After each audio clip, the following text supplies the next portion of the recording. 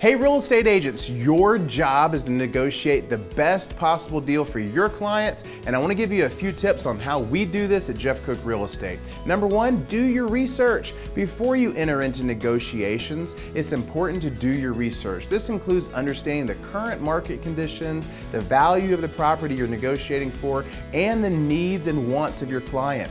Number two, don't be attached to the outcome. One of the most important things to remember when negotiating on a property is that you're always willing to walk away if that's what your client wants. This shows the other party that you're serious about getting the best deal for your client. Number three, be willing to compromise. Just because we're willing to walk away, that doesn't mean that we're not going to try hard and be bullheaded. No negotiation is perfect. You'll likely need to be willing to compromise in order to reach some agreement. Also, finally, be professional. Throughout the negotiation process, it's important to remain professional, and remember, this is a win-win transaction. Buyer and seller, both realtors, all win. The real estate closing happens. Be respectful of the other party, even if you disagree.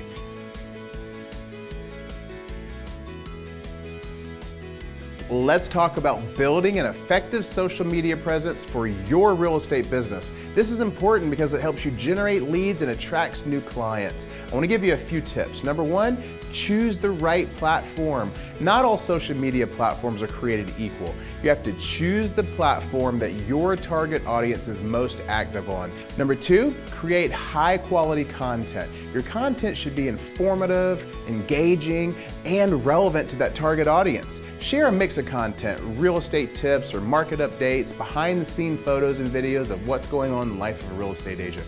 Number three, be consistent. Post regularly on your social media accounts. This will help you stay top of mind with your audience. And last, interact with your followers. Respond to comments, do polls, surveys. This will help you build relationships with your followers and establish you as a thought leader in the real estate industry.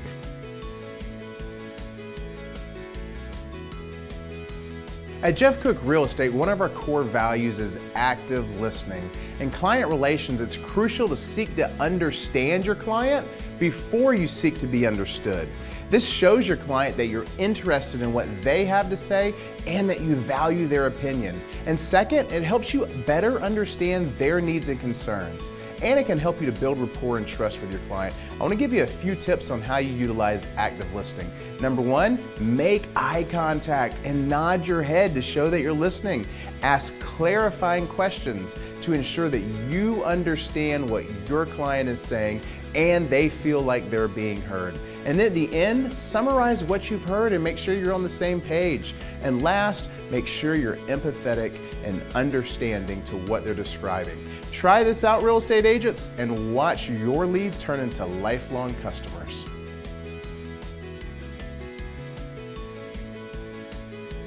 So you're thinking of becoming a real estate agent and you want to know if you have what it takes. Let me give you the top 3 things you need to think about.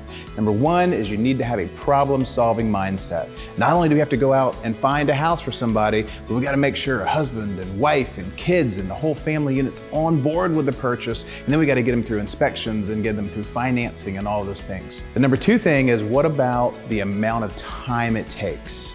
And I'll tell you this, the people that work full-time in the business typically make 4 to 5 times the income that somebody part-time does.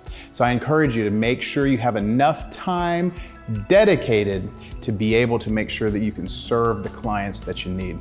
The third thing is hustle. You really need to be able to make sure that you have a little oomph, a little bit of fire in the belly, because in this business you will get knocked down.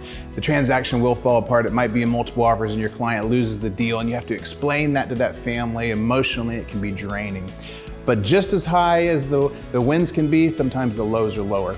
And sometimes the wins outweigh the lows and sometimes the lows outweigh the wins. So we encourage you, if you're thinking of doing it, we'd love to talk to you about the best way to get started in the real estate business.